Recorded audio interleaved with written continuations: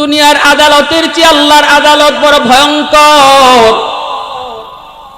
ওই আদালতে আল্লাহ পাক পরিষ্কার বলে দিবেন, বান্দা আমার হক যা তুমি নষ্ট করেছো সেগুলা আমি আল্লাহ মাফ করে দিলাম। এক ওয়াক্ত নামাজ তোমার কাজা হয়েছে রে বান্দা, যা আমি আল্লাহ সেটা মাফ করে দিলাম। রোজা তুমি একটা কাজা করেছো, আমার হক নষ্ট করেছো, যাও আমি আল্লাহ মাফ করে দিলাম। কিন্তু সমাজের ওই দুর্বল মানুষটা তোমার বিরুদ্ধে আমি আল্লাহর আদালতে মামলা বসায় রাখছি, এই মামলার ব্যাপারে আমি আল্লাহ কিছু জানি না। তোমার বউ তোমার বিরুদ্ধে মামলা বসায় রাখছে, তোমার ভাই তোমার বিরুদ্ধে মামলা দিয়া রাখছে, প্রতিবেশী তোমার বিরুদ্ধে মামলা বসায় রাখছে। এটা আমার বিষয় না, আমি আল্লাহ জানি না। ওর কাছ থেকে মামলা কেমন করে ডিসমিস করবা ওর সাথে বুঝো। ওই দিন আদরের বউ আর আদরের বউ থাকবে না। ওই দিন ভাই আর ভাইকে পরিচয় দিবে না। আল্লাহ বলেন, ইয়াউমা ইয়াফিরুল মারউ মিন আখিহি ওয়া উম্মিহি ওয়া আবিহি ওয়া সাহিবাতিহি ওয়া বানিহি লিকুল্লি ইমরিইম মিনহুম ইয়াউমাইযিন শা'নুন ইউগনিহি। আল্লাহ পাক বলেন, কেউ কারো পরিচয় দিবে না। মা সন্তানের পরিচয় দিবে না, বাবা সন্তানের পরিচয় দিবে না, ভাই ভাইয়ের পরিচয় দিবে না, স্ত্রী স্বামীর পরিচয়টাও দিবে না। বলবে না, আজকে মাপ চাওয়ার জায়গা না, আজকে মাপ দেওয়ার জায়গাও না। দুনিয়াতে মাপ চাওয়ার জায়গা, মাপ দেওয়ার জায়গা দুনিয়া। আখিরাতের ময়দান আল্লাহর আদালতে কেউ কাউকে মাপ দেবে না। শুধু একটাই বলবে, আমার পাওনা পরিশোধ করো। কেমনে করব? সম্পদ তো নিয়ে আসি নাই, টাকা তো নিয়ে আসি নাই, কবরে তো কোনো ডলার নিয়ে আসি নাই, হাসরের মাঠ খালি হাত নিয়ে হাজির হয়েছি। কেমনে তোমার মোহর পরিশোধ করব? স্ত্রী কইব, নামাজের সওয়াব দিয়ে দাও, হজের সওয়াব দিয়ে দাও, রোজার সওয়াব দিয়ে দাও। এইভাবে প্রতিটা মানুষ, দুর্বল মানুষগুলা যাদের উপরে তুমি জুলুম করেছো, অন্যায় করেছো, ওই মানুষগুলি তোমার আমার জীবনের সব নেকি লইয়া আমাকে তোমাকে নিঃস্ব বানাইয়া আমাকে জাহান্নামে দিয়া ও আমার নেকি লইয়া জান্নাতে চলে যাবে। এজন্য আল্লাহর নবী রহমতের নবী বলেন, সাবধান, ইত্তাকি দাওয়াতাল মাজলুম ফাইন্নাহু লাইসা বাইনাহা ওয়া বাইনাল্লাহি হিজাব। অসহায় দুর্বলের আহাজারি থেকে নিজেরে বাঁচাও, কারণ দুর্বল মানুষের আর আল্লাহর আদালত মাঝখানে কোনো পার্টিশন থাকে না। সাবধান, সমাজে আমরা বসবাস করি, অবশ্যই সমাজের ভিতরে কিছু মানুষ পাওয়ারফুল রয়েছেন, যাদের ক্ষমতা বেশি, গোষ্ঠী বড়, টাকাও বেশি। এই অহংকার দেখায় হাইটো না, দুনিয়া বেশি দিনের নারে আল্লাহর বান্দা। আজ তোমার অহংকার কাল কবরে চলে যাবে, ঠিক কি না? ওই দিনই টের পাওয়া যাইবা অহংকার করে হাঁটার কি পরিণাম, অহংকার করে চলার কি পরিণাম। এই ক্ষমতা, এই টাকা, এই জোর, এই পাওয়ার কোনো কিছুই কবরের সাথে যাবে না। এজন্য আল্লাহ নবী কয়, সাবধান, দুর্বলের আহাজারি থেকে নিজের সব সময় বাঁচায় রাখো। দুর্বলের আহাজারি থেকে নিজের সব সময় বাঁচায় রাখো। যদি কোনো দুর্বলের উপর তুমি কষ্ট দিয়ে থাকো, বুদ্ধিমান মৃত্যুর আগে আগে তার কাছ থেকে মাপ চেয়ে নিবে। যদি মোহর দিয়া না স্ত্রীর মোহরের টাকা মরণের আগে আগে তুমি পরিশোধ করো। এ যুবক, 7 লাখ 8 লাখ মোহর দিয়া বিয়া করার দরকার নাই, যা দিতে পারবা তা দিয়েই বিয়া করবা। কথা কয় না? আরো জোরে বলেন, ঠিক কিনা? মেয়ের বাপদেরকেও বলি, আপনারাও মেয়ে বিয়া দেওয়ার সময় 10 লাখ মোহর দাবি কইরেন না, ঠিক কিনা? এ দিব কর্তিকা, এটা দেওয়ার বিষয়, এটা লেখানোর বিষয় না, এটা দিতে হয়। যদি কেউ না দিয়া মারা যায়, ভালো করে ইয়াদ রাখবেন যে কলিজার টুকরা বউ যা চাইছে আপনি তা দিছেন, ঈদে ঈদে শাড়ি দিছেন, অলংকার চেলে অলংকার দিছেন, তার কোনো আবদার আপনি কমতি রাখেন নাই, ওই আদরের বউটার হাসরের মাঠে আদরের থাকবে না, আপনার জন্য জম হয়ে দাঁড়াবে, জম। যদি মোহরের টাকা বাকি থাকে, খুঁজলে দেখা যাবে বুড়া হয়ে গেছি, এরপরও মোহরের টাকা রয়েছে, মনে হয় চুনটা নাই। হ্যাঁ, কারণ আমরা মনে করি এটা কাগজই, সংসার করতেছি, বউ আমার আছে, তো আবার মোহরের টাকা খুঁজছে কি লাভ? না, এটা স্ত্রীর পাওনা টাকা। যদিও স্ত্রী কয় লাগবে না, এর পরেও শরীয়তের বিধান হইল ফুল টাকা তারে বুঝায় দাও, অল্প অল্প করে হলো তারে বুঝাও, অল্প করে হলো তারে দিতে থাকো, দিতে থাকো। এরপরে যদি সে নিজের হাতে লইয়া আবার তুমি স্বামীর হাতে দিয়া দেয়, নাও এই কাজটাই আমার এই টাকা দিয়ে সারো, সেটা ভিন্ন কথা। কিন্তু তার আগে বুঝাও, তার হাতে দিয়া বুঝাও, হাতে না দিয়েই মাফ লইও না। ঠিক কিনা ভাই? কষ্ট হইতেছেন? কবির হুজুর আনছি ওয়াজ করার লাগে উঠতেই শুরু করে দিয়েছে, আমরা ছিলানি। এই কথাগুলা বলা দরকার আসেনি না নাই? হ্যাঁ,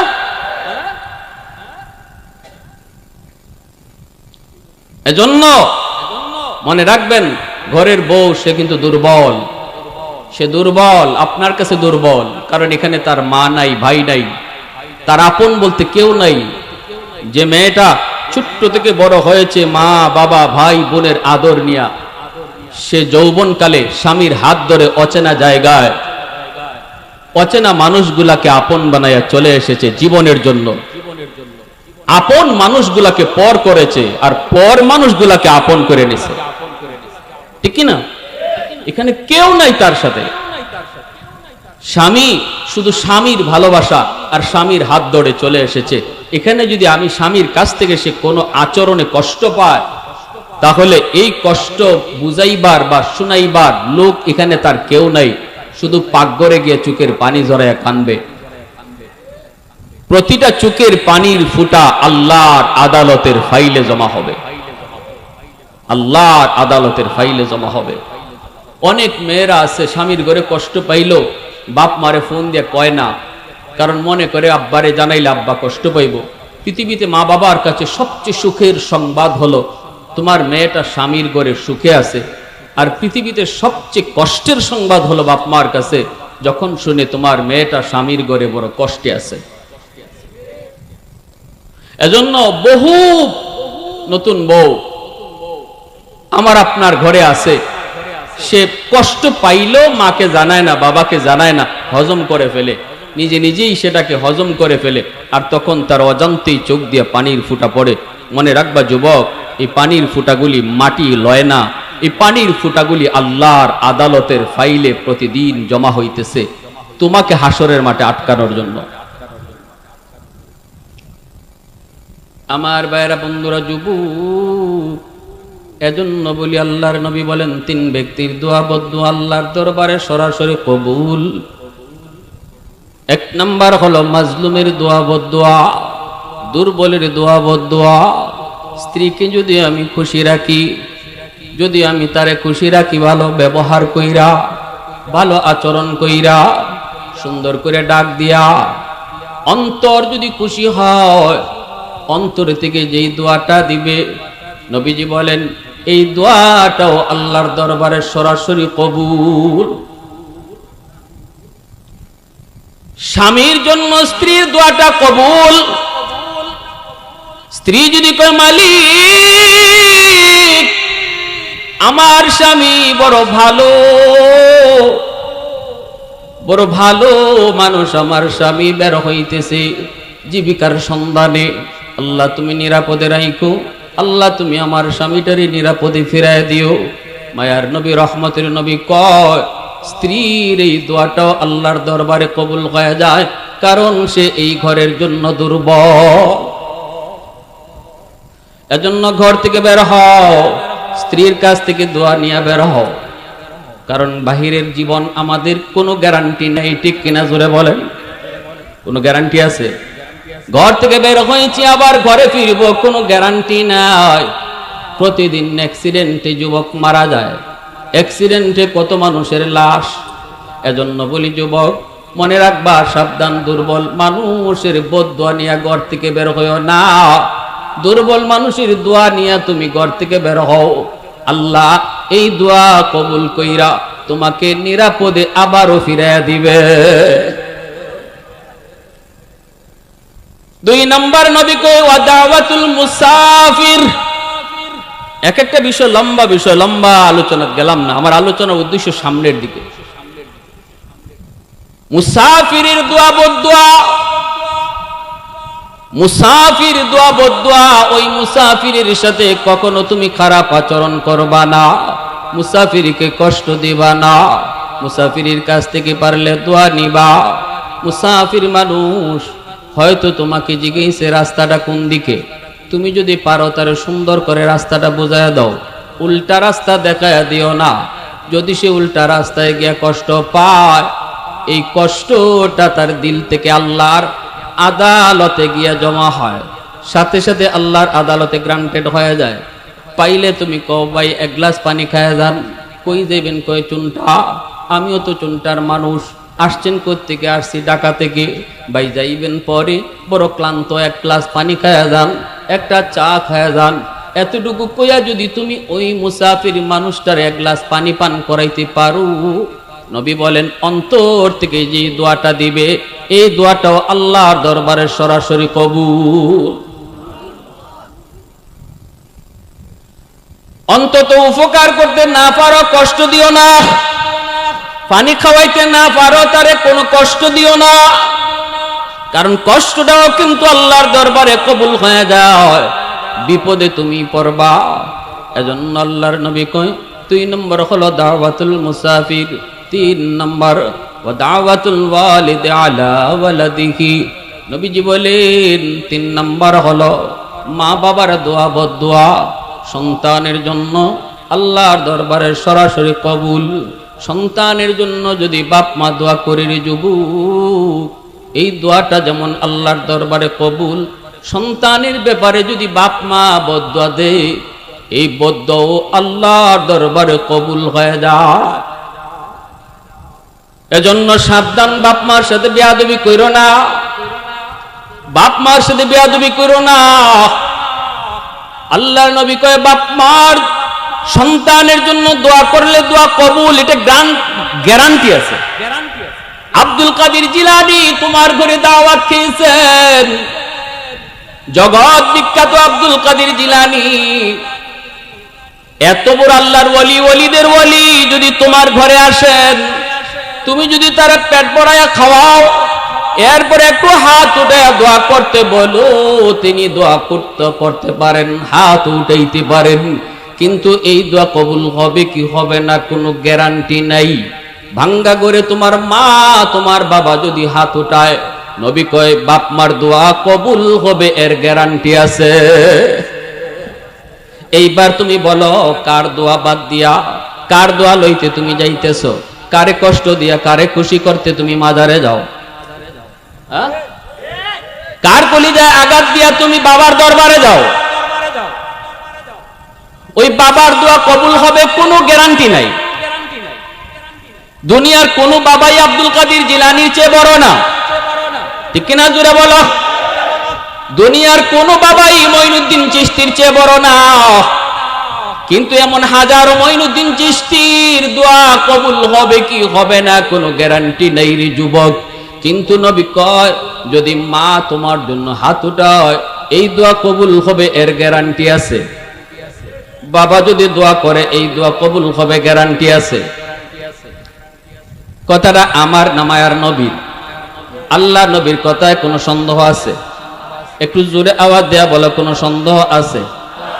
এজন্য বলতেছি একটু মনোযোগ দিয়ে শোনো ভাইরা, বন্ধুরা। রহমতের নবী মায়ায়ে কেরামদেরকে নিয়ে নবীজি বের হয়েছেন মদিনার কবর জান্নাতুল বাকি। এই জান্নাতুল বাকির পাশ দিয়া নবী যাচ্ছেন, হঠাৎ করে মায়ার নবী, দয়ার নবী, তিনি অন্তর চোখে দেখতে পেলেন একটা কবর, নতুন কবর, কবরে একটা যুবককে রাখা হয়েছে। আল্লাহর নবী অন্তর চোখে দেখেন, আল্লাহ তারে দেখাইছেন, আল্লাহ নবীরে দেখাইছেন, সাহাবীরা দেখেন না, কিন্তু নবীজি দেখতেছেন এই কবরের ভিতরে যুবক জাহান্নামের আগুনে জ্বলতেছে। মা মা মা কইয়া চিৎকার করে কান্না করে। আল্লাহ নবী দৃশ্য দেখে ফেললেন। নবীজি সাহাবায়ে কেরামদেরকে বলেন, সাহাবীরা একটু দাঁড়াও, এই কবরের ভিতরে একজন যুবকের আযাব হইতেছে, আযাব। যুবকটা শুধু মা মা কইয়া চিৎকার করে কান্না করে।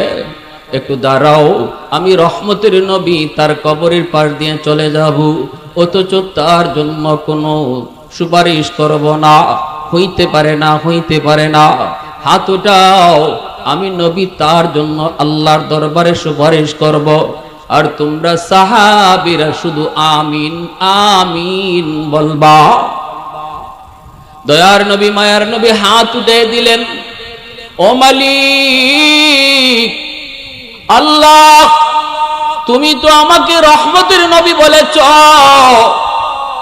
রহমতের নবী কোন কবরের পাশ দিয়ে যাবে আর ওই কবরে আযাব হবে? হয় না মালিক, হয় না। আল্লাহ তোমার দরবারে আমি নবী সুপারিশ করলাম, যুবকের আযাব বন্ধ করো।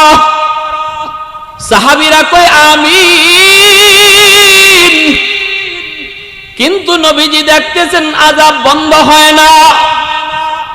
আল্লাহ নবী আবার হাত উঠাইলেন, মালিক তুমি তো আমাকে বলেছো আমা আরসালনাকা ইল্লা রাহমাতাল লিল আলামিন,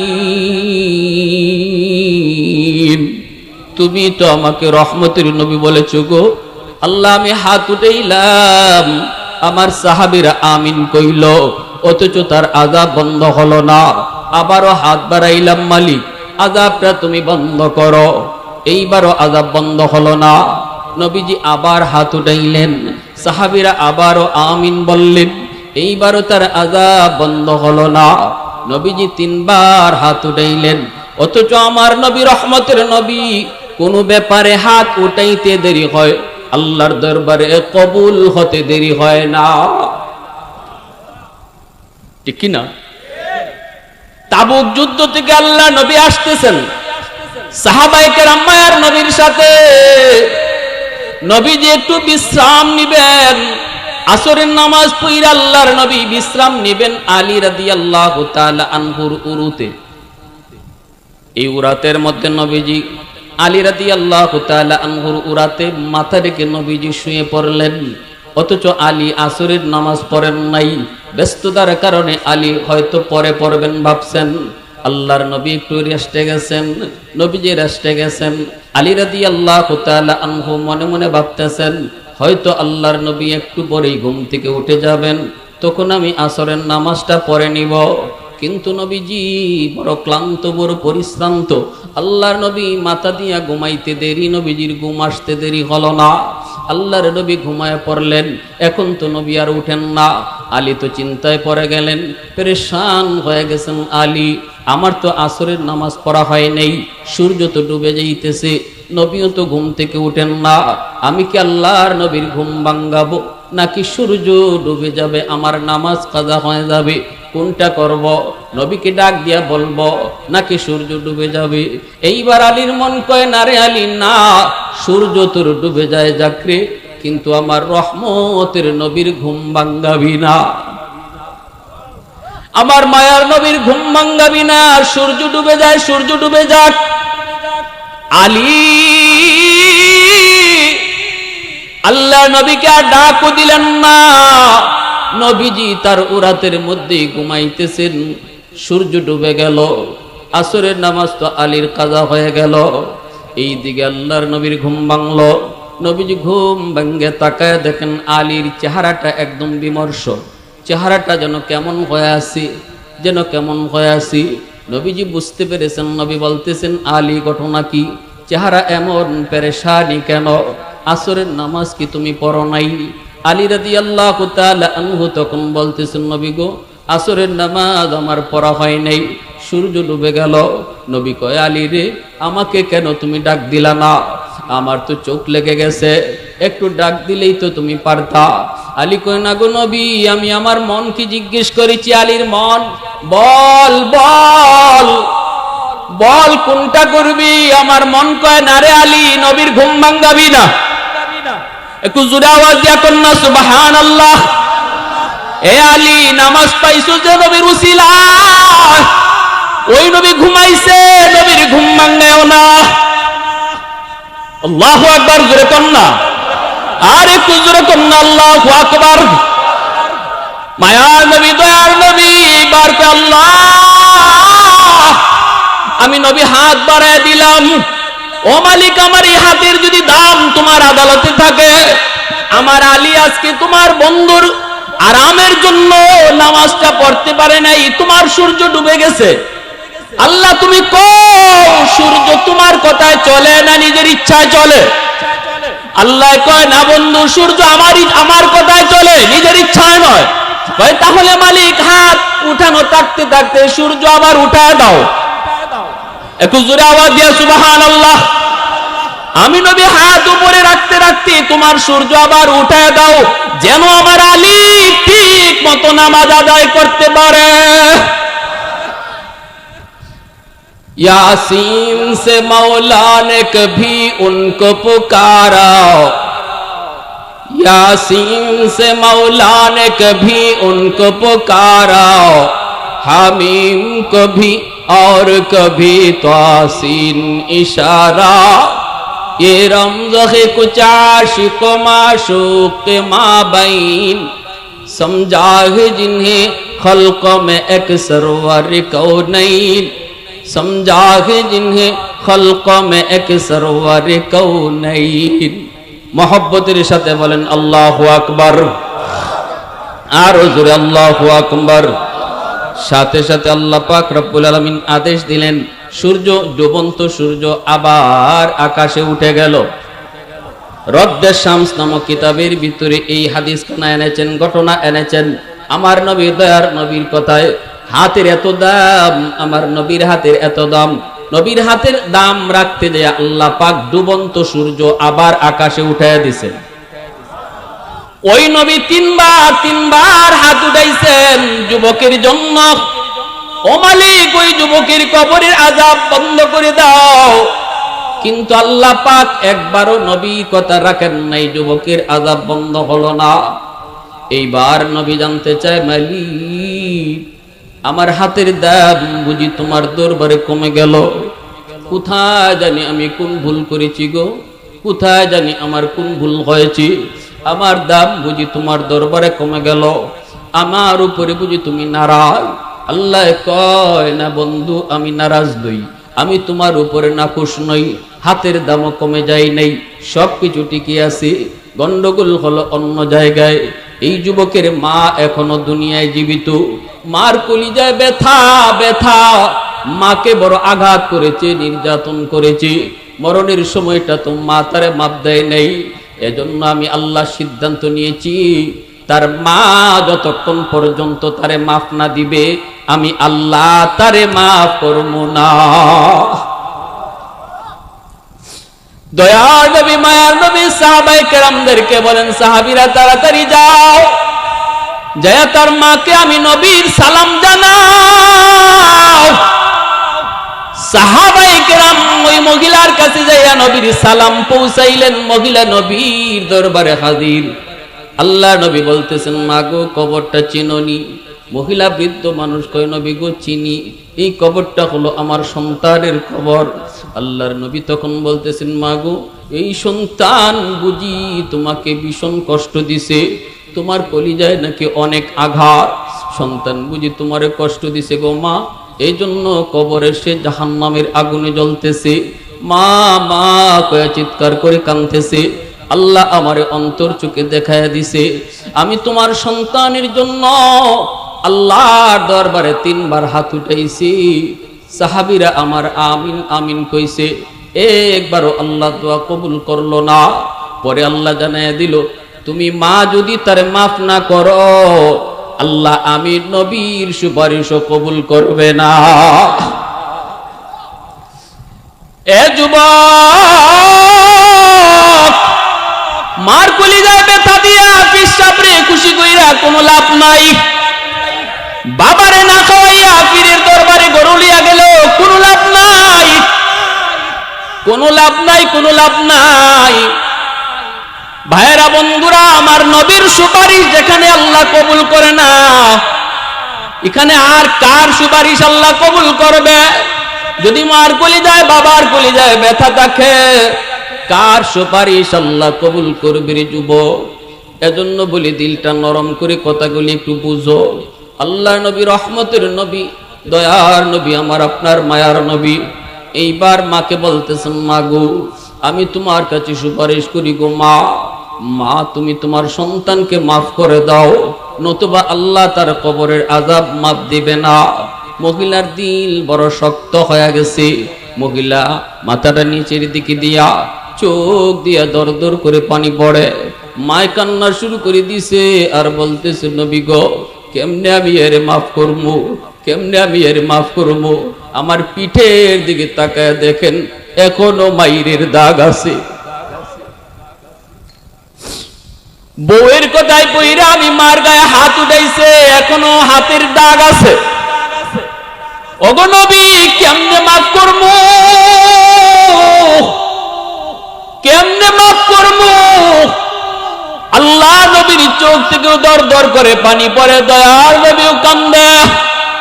নবী কয়, মালিক, কেমন সন্তান আমি নবীরে আব্বা ডাক দেওয়ার সুযোগ তুমি দাও নাই। আব্বা ডাকের ভিতরে কত মজা আমি নবী জানি না। বোঝ হওয়ার পরপরই মারে নিয়ে গেছো, মার খেদমত করার সুযোগ আমি নবীকে তুমি দাও নাই গো আল্লাহ। ও মালিকে, কেমন সন্তান, কিন্তু আমি কেমন করে তার কবরের পার দিয়া চলে যাব, তারে বিপদে রাইখা?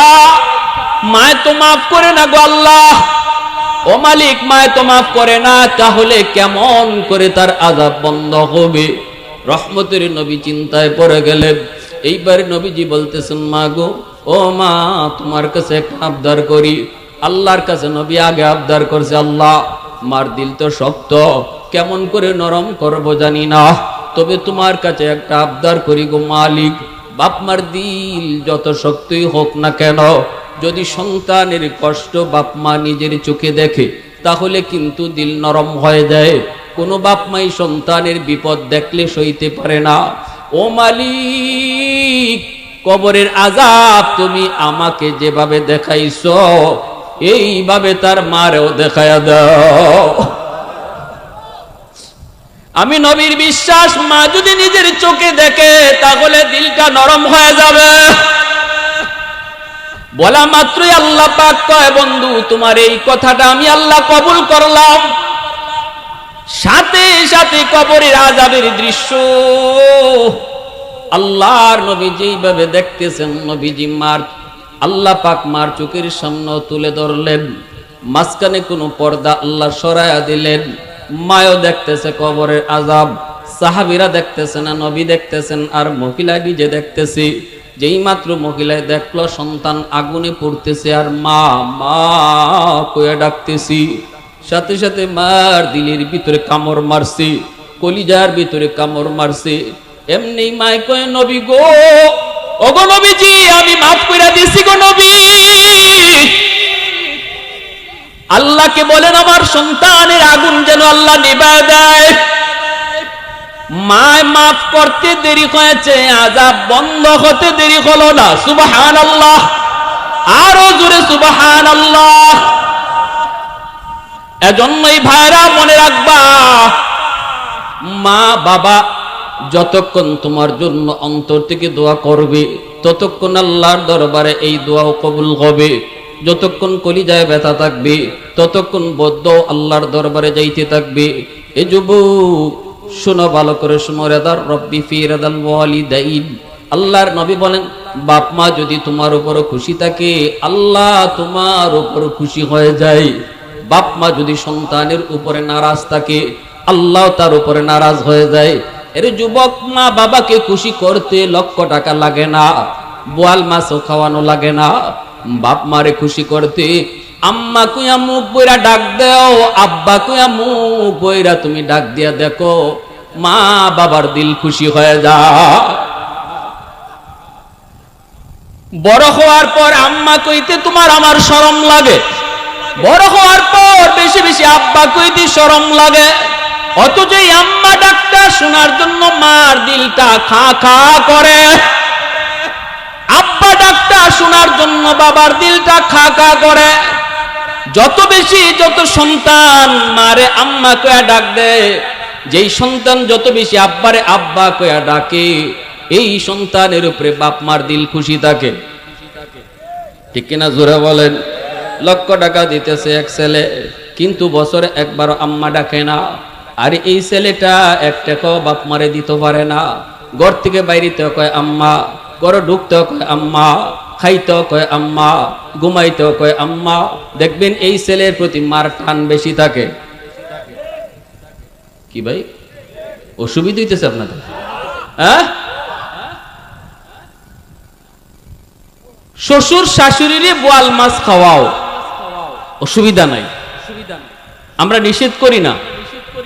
কিন্তু শ্বশুর শাশুড়ি খুশি থাকলে আল্লাহ খুশি, এমন হাদিস আমরা পাই নাই। হাদিস পাইছি বাপ মা খুশি থাকলে আল্লাহ খুশি। পিসাবরে তুমি ঘরের কচি লাউটা নিয়ে খাওয়াইবা, অসুবিধা নাই। পিসাব যদি হক্কানি পীর হয়ে থাকেন আলহামদুলিল্লাহ ভালো। যদি পিসাব হক্কানি পীর হয়ে থাকেন, খাঁটি আল্লাহওয়ালা হয়ে থাকেন, অসুবিধা নাই, না করি না। কিন্তু মনে রাখবা, পিসাব খুশি থাকলে আল্লাহ খুশি হাদিস নাই।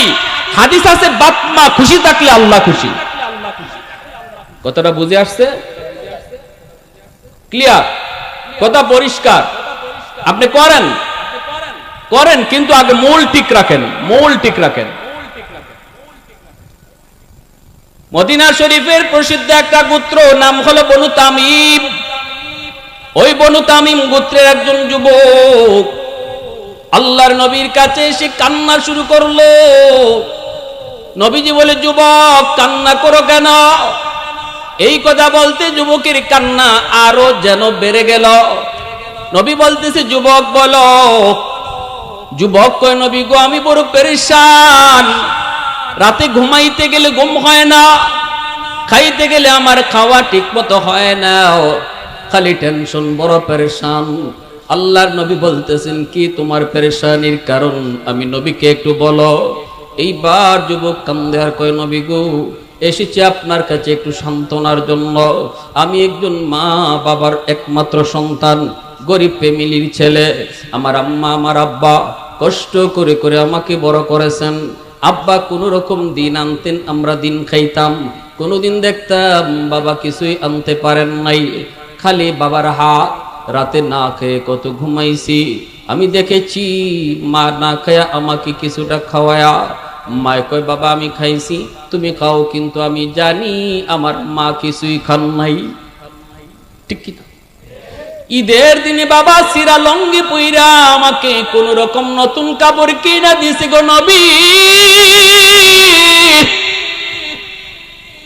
আমি ওই মা বাবার কোনো খেদমত করতে পারি নাই। আমি টাকার সন্ধান পাই নাই, ব্যবসা বাণিজ্যে কোনো উন্নতি করতে পারি নাই। চোখের সামনেই মা গরিব অবস্থায়, চিকিৎসার অভাবে মা দুনিয়া থেকে বিদায়, বাবাও দুনিয়া থেকে বিদায় নিলেন। অভাবের সংসারে মাও চলে গেলেন, বাবাও চলে গেলেন। আজ আল্লাহ আমাকে অনেক সম্পদের মালিক বানাইছে গো নবী। টাকা পয়সার কোনো অভাব নাই। আজ আমি চাইলে আমার আম্মাকে ভালো দামি শাড়ি কিনে দিতে পারতাম, আব্বাকে ভালো একটা দামি লুঙ্গি কিনে দিতে পারতাম, মাকে ভালো একটা চিকিৎসা করাইতে পারতাম, বাবাকে ভালো একটা ডাক্তার দেখাইতে পারতাম। কিন্তু নবী গো, আল্লাহ পাক সেই সুযোগ কেড়ে নিয়েছে। আমার আম্মা আমার আব্বাসকে কবরে শায়িত।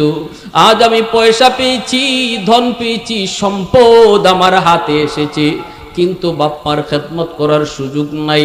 ওগো নবীজি, আমি আপনার কাছে জানতে চাই, এই টাকা দিয়ে পয়সা দিয়ে এখন আমি কি করব?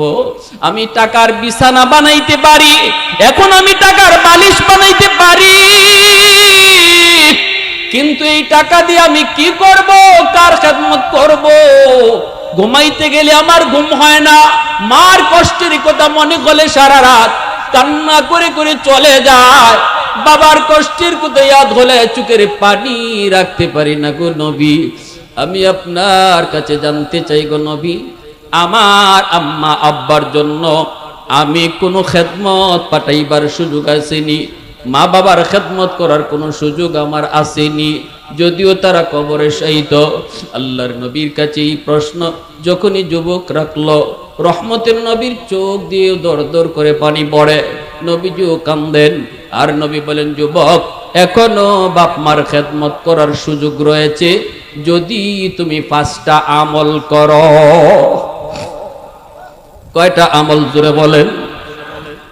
আমাদের মধ্যে এমন অনেকে আছেন না নাই, মা বাবা এক সময় গরিব ছিল, আমিও গরিবের ঘরেই বড় হয়েছি, কিন্তু আল্লাহ এখন আমারে সম্পদ দিছে, ধন দিছে, কিন্তু মা নাই, বাবা নাই। চাইলে এখন আমি যে কোনো ভাবে বাপ মার যা চাইতো তাই দিতে পারতাম, সুযোগ আল্লাহ কেড়ে নিয়েছি। এমন আমাদের মধ্যে খুঁজলে 2-1 আছেন না নাই?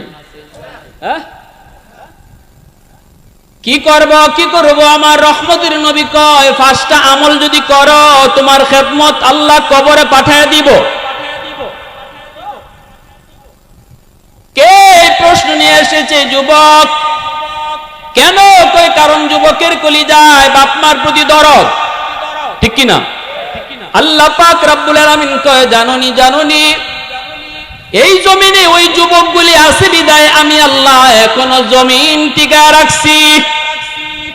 এই জমিনে এখনো এমন কিছু যুবক, যেই যুবক যৌবনের পাগলামি করে না, যৌবনে বাপ মার সেবা করে, যৌবনে মসজিদে যায়, যৌবনে মাথায় টুপি পরে, যৌবনে মুখে নবীর সুন্নত দাড়ি রাখে, যৌবনে মুরব্বীদের শ্রদ্ধা করে।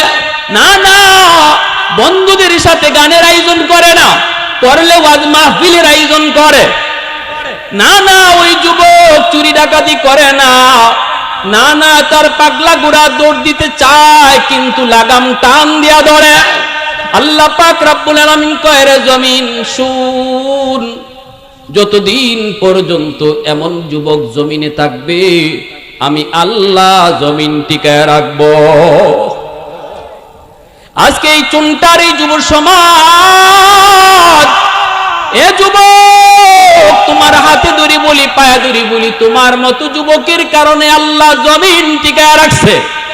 তুমি তোমার দাম বুঝো না, তুমি তোমার মূল্য তুমি বুঝো না রে যুবক। এই কথাটা বোঝানোর জন্যই আমরা উলামায়ে কেরাম রাত নাই দিন নাই, শহর নাই বন্দর নাই, হাতে ধরে পায়ে ধরে বোঝানোর জন্য আসি। এতটুকু বুঝো, এতটুকু বুঝো, তোমার মতো যুবকের কারণে আল্লাহ এই জমিনকে আল্লাহ টিকায় রাখছি। হাদিসে কুদসি আল্লাহ পাক রব্বুল আলামিন কয়, আলা কুল্লা ইয়াউমিন ওয়াল আরদা ইস্তাজিলু রাব্বাহু ওয়াল মালাইকাতু ইস্তাজিলু রাব্বাহু ওয়াল বাহরা ইস্তাজিলু রাব্বাহু। আল্লাহ পাক কয়, জানোনি প্রতিদিন জমিন আমি আল্লাহর কাছে আবদার করে, আল্লাহ ও আল্লাহ এই গুনাহগার মানুষগুলাকে আর আমি জমিন কত দেখব, নাফরমান নামাজ পড়ে না অথচ আমি জমিনের উপর দিয়া প্রতিদিন হাঁটতেছে, নাফরমান সুদ খায় আমি জমিনের উপর দিয়া হাঁটে, ও মালিক এই জিনাকুর জিনা করে অথচ আমি জমিনের উপর দিয়া হাঁটে। আর কত আমি দেখব, আর কত আমি সইব, তার পায়ের বোঝা আমি জমিন আর কতকাল নিব। আসবিরু ইলা মাতা আসবিরু, ধৈর্য ধরার তো একটা সময় আছে, ধৈর্য ধরারও তো একটা লিমিট আছে গো মালিক, আমি আর কত ধৈর্য ধরব। আফদালি ইবনা আদম ফি কারি, অনুমতি দাও, অনুমতি দাও, আমি জমিন ফেটে যাই, ওই বেনামাজির গিলে ফেলি। অনুমতি দাও, আমি জমিন ফেটে যাই, সুদখোরকে আমি গিলে ফেলি। অনুমতি দাও, আমি জমিন ফেটে যাই, ঘুষখোরকে আমি গিলে ফেলি। অনুমতি দাও, বেপরদায় চলে আমি তারে গিলে ফেলি। আল্লাহ পাক রব্বুল আলামিন কয়, এইভাবে প্রতিদিন জমিন আমি আল্লাহর কাছে আবদার করে, শুধু জমিন নয়, সাগর মহাসাগর গুলিও এমন প্রতিনিয়ত আবদার করে। কক্সবাজার সমুদ্র সৈকত, কত যুবক সমুদ্রের পারে যায় না করে, অন্যায় করে, ঠিক কিনা জোরে বলো।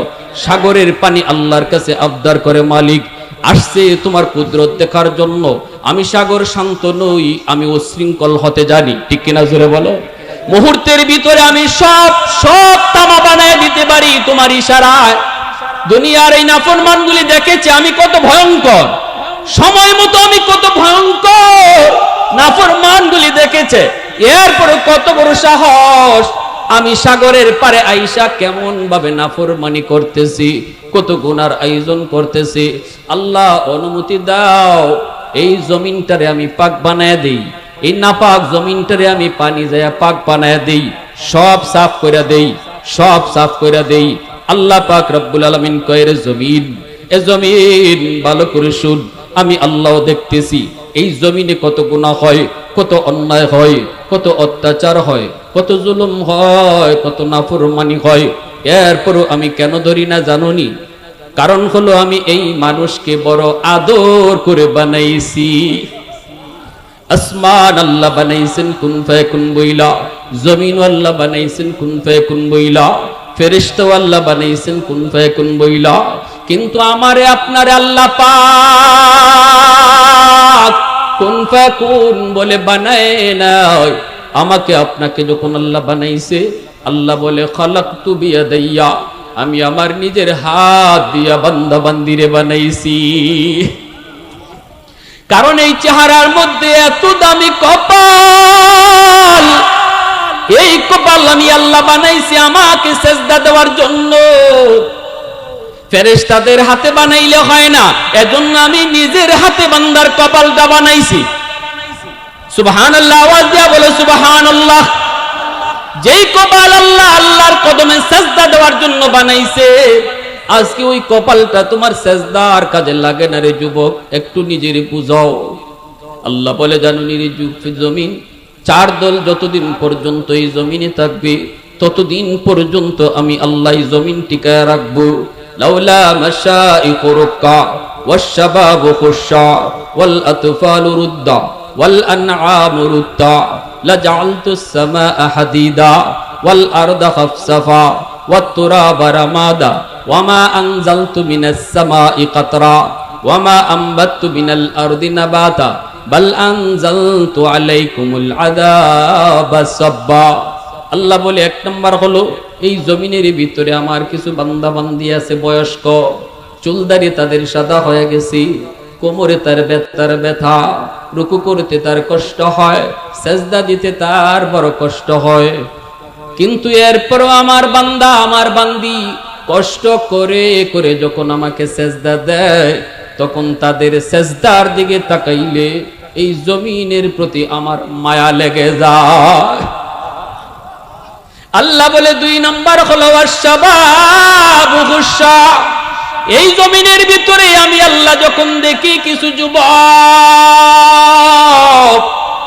যৌবনের পাগলামি করে না, চাইলে গানের আয়োজন করতে পারতো, চাইলে যাত্রার প্যান্ডেল বানাইতে পারতো, কিন্তু আমি যখন দেখি না না, আমি আল্লাহর কালামের প্রেম তাদের অন্তরে, আমি যখন দেখি কোরআনের ভালোবাসা তাদের অন্তরে, আমি যখন দেখি মাকে মা কয়া ডাকে, আব্বারে মুখ বইরা আব্বা কয়া ডাক দেয়, আমি আল্লাহকে খুশি করার জন্য, আমি যখন দেখি নামাজের টাইমে তার মসজিদে, আমি আল্লাহ যখন দেখি তার মুখে আমার নবীর সুন্নাত দাড়ি দেখা যায়, অথচ যুবক যৌবনে দাড়ি না রাইকা গুনাহ করার কথা, যে কোনো অন্যায় কাজে যাওয়ার কথা, দিলের ভিতরে দুনিয়ার নাপাক প্রেম ভালোবাসা জন্মায় না, অন্তরের ভিতরে আমি আল্লাহর প্রেম তার অন্তরে জমায় নেয়। ওই যুবকের দিকে যখন আমি তাকাই, তখন এই গুনাহগার জমিনের প্রতি আমার মায়া লেগে যায়। আল্লাহ পাক কয়ার পরে কিছু ঘরে ঘরে কিছু শিশু আছে, ওয়াল আতফালু রুদ্দা, প্রতিটা ঘরে ঘরে কিছু শিশু বাচ্চা আছে যাদের উপরে নামাজ ফরজ হয় নাই, রোজা ফরজ হয় নাই, হালাল হারাম নাই। এই শিশু বাচ্চাগুলি এরা নিষ্পাপ, এরা অবুঝ, এরা মাসুম। গুনাহ করলে করছে তার মা, গুনাহ করলে করছে তার বাবা, গুনাহ করলে করছে তার ভাই, করছে তার বোন। তাদের গুনার কারণে জমিনে গজব আসতে চায়, কিন্তু যখনই ওই ঘরের শিশুগুলার দিকে আমি আল্লাহ তাকাই, তখন দেখি গজবের ভিতরে বাচ্চাগুলাও পইরা যায়, অথচ এই শিশু বাচ্চাগুলির কোনো দোষ নাই, কোনো অন্যায় নাই, কোনো অপরাধ নাই। তখন তাদের দিকে তাকাইলো এই জমিনের প্রতি আমার মায়া লাগে। এ যুবক, শিশুগুলারে তুমি ধমক দিও না, মাইরো না, শিশুদেরকে মায়া কইরো, কারণ এদের উসিলায় আল্লাহ তোমারে আমারে বাঁচায় রাখছে। যেই পরিমাণ গুনাহ তুমি আমি করি রে যুবক, আল্লাহ পাক আমাদের রিজিক বন্ধ করে দেওয়ার কথা, কিন্তু এই করে রিজিক আসতেছে একটা ছোট্ট মাসুম বাচ্চার কারণে। সুবহানাল্লাহ, একটু আওয়াজ দিয়া কও সুবহানাল্লাহ। আর একটু জোরে মালিককে খুশি করো সুবহানাল্লাহ। অতএব শিশু বাচ্চাগুলার উপরে অন্যায় আচরণ কইরো না। সে যেই হোক, তোমার আপন হোক, তোমার আত্মীয় হোক, শিশু দেখলে পরে মায়ার নজরে তাকায়ও। কারণ তুমি আমি গুনাহগার, তোমার আমার গুনার কারণে জমিনে গজব আসতে চায়, কিন্তু ওই শিশুটার কারণে আল্লাহ গজব থেকে তোমারে আমারে বাঁচায়। ইন্না রহমতি সাবাকাত আলা গজবি, আল্লাহ পাক রব্বুল আলামিন কয় আমার রহমত তখন গজবের মাঝ আগে চলে যায়, এজন্য গজব জমিনে আসতে পারে না। আল্লাহ পাক রব্বুল আলামিন কয় 4 নম্বর হলো ওয়াল আনআমুরতা, জমিনের ভিতরে কিছু গরু ছাগল হাঁস মুরগি রয়েছে, এদের উপরও নামাজ নাই, রোজা নাই, এদের উপরে শরীয়তের কোনো বিধিবিধান নাই। যদি আসমানি জমিনি গজব জমিনে আসে মানুষের গুনার কারণে, হাঁস মুরগি গরু ছাগল পশু পাখিগুলোও গজবে পইরা যায়, অথচ এদের কোনো অপরাধ আমি আল্লাহর কাছে ছিল না। এই গরু ছাগল পশু পাখির দিকে যখন আমি তাকাই, তখন এই জমিনের প্রতি মায়া লাগে, গজব আমি আল্লাহ দূরে রাখি। এজন্য পশু পাখিরে অন্যায়ভাবে কষ্ট দিবা না, গরু ছাগলকে অন্যায়ভাবেও মারবা না, কারণ তোমার আমার প্রতি গজব আশা থেকে ফিরায় রাখছে এই হাঁস মুরগি গরু ছাগল পশু পাখি, নতুবা আমার গুনার কারণে বহু আগে আমার উপরে গজব আসতো। ঠিক না? আল্লাহ পাক কয় যদি 4 দল না থাকতো লাজালতুস সামাআ হাদিদা, এই 4 শ্রেণী যদি জমিনে না থাকতো, তাহলে আমি আল্লাহ আসমানকে লোহা বানায় দিতাম, জমিনকে তামা বানায় দিতাম। ওয়ামা আম্মাতু মিনাল আরদি নাবাতা, জমিন থেকে একটা আমি শস্য দানাও উঠতে দিতাম না। ওয়ামা আনজালতু মিনাস সামাই কাতরা, রহমতের বৃষ্টি আমি জমিনে দিতাম না। বাল আনজালতু আলাইকুমুল আযাবা সাব্বা, পরপর জমিনে শুধু গজব আসতো। এই গজব থেকে আমি আল্লাহ এই জমিন বাঁচায় রাখছি 4 দলের কারণে। সুবহানাল্লাহ, জোরে বলেন, আরো জোরে কোন সুবহানাল্লাহ। তাহলে যৌবনে ইবাদত করার দরকার আছে না নাই? যৌবনে একজন যুবক ইবাদত করার দ্বারা অল্প সময়ে আল্লাহর ওলি হয়ে যায়। লা ওয়ারআ কাল কাফফি আও কামা ক্বালা নবী আলাইহিস সালাম, নবীজি বলেন যার সুযোগ ছিল, ক্ষমতা ছিল গুনাহ করার, এরপরও যে আল্লাহর ভয়ে গুনাহ করে না, সেই তোমাদের মধ্যে আল্লাহর ওলি। বৃদ্ধ বয়সে গুনাহ করার ইচ্ছা থাকলেও আমার শক্তি দেয় না, চাইলেও পারবো না, কিন্তু একটা যুবক চাইলেই গুনাহ করতে পারে, এরপরও যখন আল্লাহর ভয়ে করে না, রাসূল কয় সে যৌবনেই আল্লাহর ওলি হয়ে যায়। আর একটু জোরে কন্যা সুবহানাল্লাহ। মনে আছে নবীজির সামনে যে যুবকটা প্রশ্ন লইয়া গেছে, মা বাবার জন্য খেদমত করার কোনো সুযোগ আসেনি, সে বৃদ্ধ না যুবক? জোরে কও না যুবক, আওয়াজ দিয়া বলো। আল্লাহ নবীর সামনে যে কাঁদতেছে, আমার আম্মা আব্বা কবরে শহীদ, তাদের জন্য আমার কিছু করণীয় আছে কি? এই কথাটা নবীর সামনে কেঁদে কেঁদে কান্না করে করে যে জিগাইছে, সে বুড়া মানুষ না যুবক? আল্লাহ নবী ওই যুবককে সামনে রেখে একটা ওয়াজ করেছেন, দামি ওয়াজ। তাহলে নবী হলেন বক্তা, শ্রোতা হলো একজন যুবক, শ্রোতাও একজন বক্তা, জোরে কন্যা, শ্রোতাও একজন বক্তা একজন। তাহলে বোঝা গেল ওয়াজ এটা শ্রোতা কি পরিমাণ আমার সামনে আছে, এটা উদ্দেশ্য না। একজনও যদি দিল থেকে কথাগুলা গ্রহণ করে বক্তার, মাহফিল সার্থক। ঠিক কিনা জোরে বলেন? লক্ষ লক্ষ মানুষ সবাই আসছে তামসা দেখার জন্য, মাহফিলে কোনো লাভ নাই। 10 জন মানুষ বসা, কিন্তু দিল নিয়ে বসছে কথা নেওয়ার জন্য, আমলের নিয়তে। আল্লাহ বলেন এই মাহফিলটাই সফল। আমার ভাইরাল ওয়াজটা যেটা ভাইরাল হয়েছে, অনেকেই শুনছেন মনে হয়, জমিন কোন ফায়াকুনের বয়ান। আপনারা যে মানুষগুলো আছেন, এত দূরও মানুষ ছিল না, আপনাদের চেয়ে আরো অর্ধেক হবে মানুষ। আমার গ্রামের মাহফিল, এসার পরে আমি বের হয়েছি বয়ানে, ওই রকম প্রস্তুতিও নাই, মিডিয়াও আমি জানি কেউ নাই, কিন্তু একটা মিডিয়া সে ছিল যেমন মশিউর মাহফিল এইচডি, সে কোন রকম কষ্ট মষ্ট করে আরেক বক্তার ওয়াজ রেকর্ড করতে আসছে, আমার না। এই ফাঁকে হে আমার ওয়াজটা রেকর্ড করছে। মানুষ ছিল কয়জন? 50 থেকে 60 জন। কিন্তু আমি দেখেছি ওই মানুষগুলা কেমন দিল নিয়ে বসছিল, আর আল্লাহ আমার কিভাবে কথাগুলা দিল থেকে বের করে দিছে। যার কারণে এই মাহফিল, এই বয়ান কোটি কোটি কোটি কোটি মানুষের অন্তরে লাগছে, ঠিক না? তাহলে কি ভাই, বক্তাও যখন দিল থেকে কথা বলবে, শ্রোতাও যখন দিল থেকে কথা নিবে, তখন এই মাহফিলে রহমত বর্ষিত হবে, মাহফিল আল্লাহর দরবারে কবুল হয়ে যাবে। ওই যুবক কেমন দিল নিয়ে আসছে, আল্লাহ নবী বলতেছেন, যুবক 1 নাম্বার আসসালাতু লাহুমা, 5টা আমল মনোযোগ দিয়ে নিয়েন। শেষ প্রান্তে চলে এসেছি বয়ানের, শুধু একটু মন দিয়ে শুনলেন।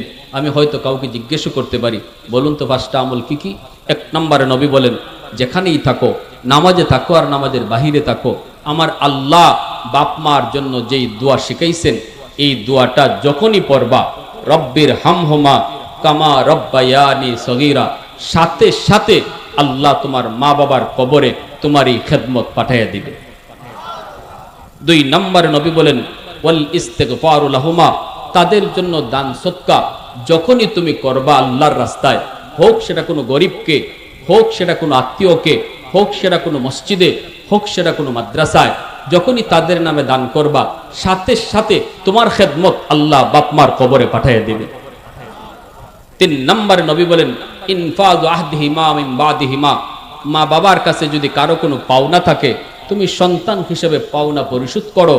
যদি পাওনাটা পরিশোধ করো, মার কাছে পাওনা আসিল, বাবার কাছে পাওনা আসিল, বাপ মা হয়তো এই পাওনা পরিশোধ করে মারা যায় নাই, বাবা হয়তো কারো জমি দখল করে নিছে, এই জমি ফেরত না দিয়েই কবরে গেছে, তুমি সন্তান জানো, সাথে সাথে এই জমিটা ফেরত দাও, তোমার খেদমত বাবার কবরে আল্লাহ পাঠাবে। আর যদি এই জমি ফেরত না দাও আর বাবার নামে 10টা গরু জবাই করে জিয়াফত করো, বাপের কবরের আগুন নিভবে না। বাপ কোন মানুষের হক আর নষ্ট করে কবরে গেছে, তুমি সন্তান জানো, এরপরেও এই হকটা ফিরাইয়া দিছো না, যার কারণে বাবার কবরে আগুন জ্বলছে। এই আগুন জ্বলা যদি বন্ধ করাইতে চাও, জিয়াফত কইরা না, 10টা 20টা গরু জবাই কইরা না, আগে যার হক নষ্ট করেছে সেটা ফিরাইয়া দাও, তাহলেই কবরে আগুন নিভবে, ঠিক কিনা ভাই? বাবা যদি তোমার চাচাদের হক না নষ্ট করে থাকে, আত্মসাৎ করে থাকে, ঠকায়া থাকে, তুমি তাড়াতাড়ি করে চাচার হক ফিরাইয়া দাও, চাচার হক ফিরাইয়া দাও, নয় বাবার আগুন নিভবে না। চাচা না থাকলে চাচা তো ভাই বোনকে ডাকো। তুমি যদি জানো তোমার বাবা তোমার ফুফিদেরকে আল্লাহ কর্তৃক বন্টন অনুযায়ী সম্পদ দেয় নাই, বাবা নিজেই ভূখ দখল করেছে, তোমার দাদার সব সম্পদ তোমার ফুফুদেরকে দেয় নাই, জিয়াফত পরে করো, জিয়াফতে আগুন নিভবে না, ফুফুদেরকে ডাকো, না থাকলে ফুফাতো ভাই বোনকে ডাকো, দেখকে আল্লাহ যেভাবে বাদ দিয়েছে এইভাবে বাদ করো, নয় আগুন নিভবে না, আগুন নিভবে না। কথাগুলা বলতেছি আমার নবীর হাদিস থেকে। আমরা যারা আজকে কবরে আপনজন প্রিয়জন কি করবো তাদের লাগে মন গড়া আমল করে লাভ নাই। শুনেন আমার নবী কি বলতেছেন, এই ফাওনাগুলা আগে পরিশোধ করো, ফাওনাগুলা পরিশোধ করো, করলেই বাবার কবরে আল্লাহ তোমার খেদমত পাঠিয়ে দিবে। 4 নম্বরে নবী কয়, সিলাতুর রাহমিল্লাতি লা তুসালু ইল্লা বিহিমা, বাবা নাই কিন্তু বাবার রক্তের মানুষ দুনিয়ায় আসি, মা দুনিয়াতে নাই রে যুবক, কিন্তু মার রক্তের মানুষ দুনিয়াতে আছে। বাবার কবরে যদি তুমি খেদমত পাঠাইতে চাও, আমার নবী কয় বাবার রক্তের মানুষের খবর নেও, চাচার খবর নেও, ফুফুর খবর নেও, দাদার খবর নেও, ফুফাতো ভাই বোনের খোঁজ খবর নেও, চাচাতো ভাই বোনের তুমি খোঁজ খবর নেও। যখনই তুমি চাচাকে ফোন দিয়া কইবা, চাচা কেমন আছেন, চাচা শরীরটা ভালো নি, চাচা চিকিৎসা করাইছেননি, কয় টাকা লাগবে আমি দিতেছি। আমার নবী রহমতের নবী কয়, ফোনটা তুমি চাচারে দিছো না রে যুবক, ফোনটা যেন কবরে বাবারেই লাগাইছো। ফুফুর একটা খবর নিতেছো, ফুফু কেমন আছো,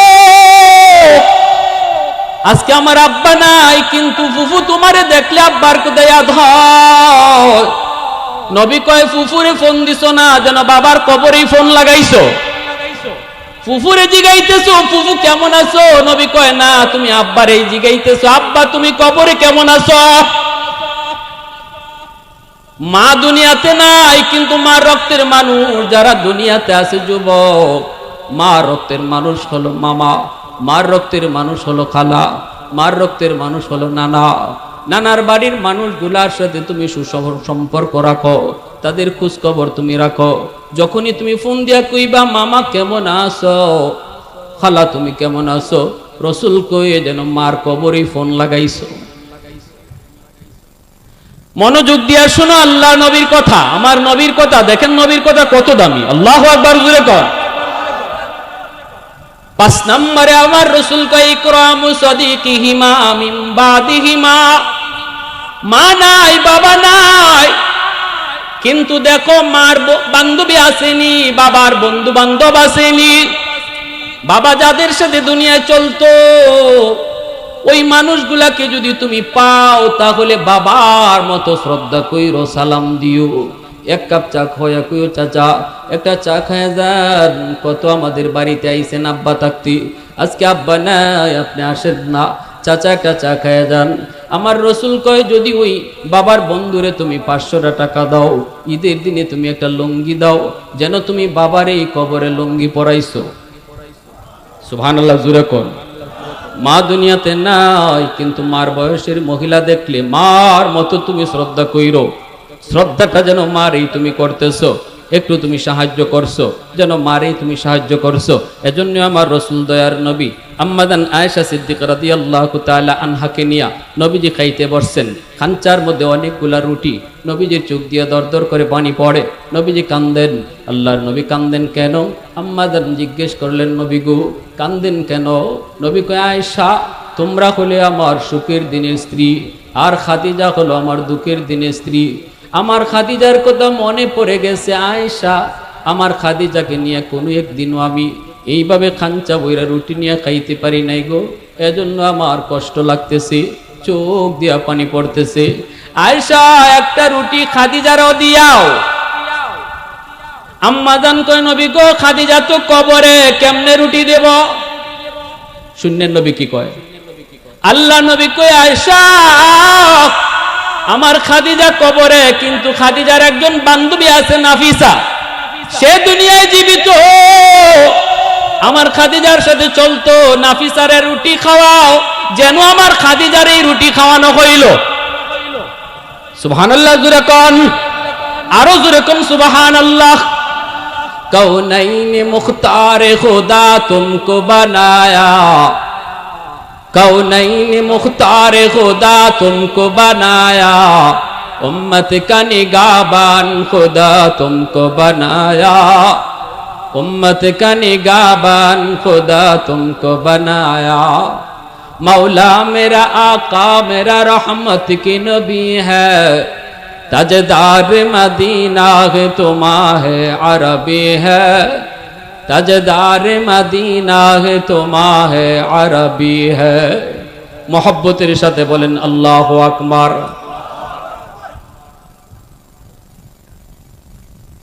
বাপমার নামে দান সদকা করলে বাপমার কবরে যায়নি না যায় না?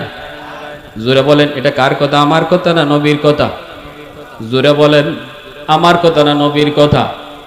ভাইরা বন্ধুরা জন্য একজন ভাই হাতটা জাগান সবার আগে। মা বাবা যদি দুনিয়ায় থাকে আল্লাহ যেন নেক হায়াত বাড়ায় দেয়, বাপমার দিল যেন আমার প্রতি আল্লাহ খুশি কইরা দেয়, কবরে থাকলে যেন আল্লাহ কবরে পৌঁছায় দেয়। এমন একজন সন্তান মার নামে বাবার নামে সবার আগে বলো 1000 টাকা।